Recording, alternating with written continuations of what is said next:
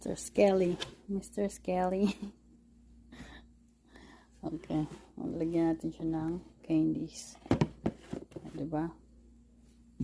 Sa bathtub. Natin siya nito. Ayan.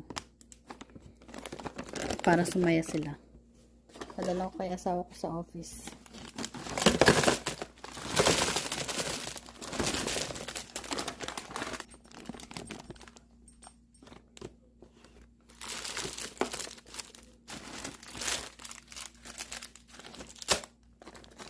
O, diba?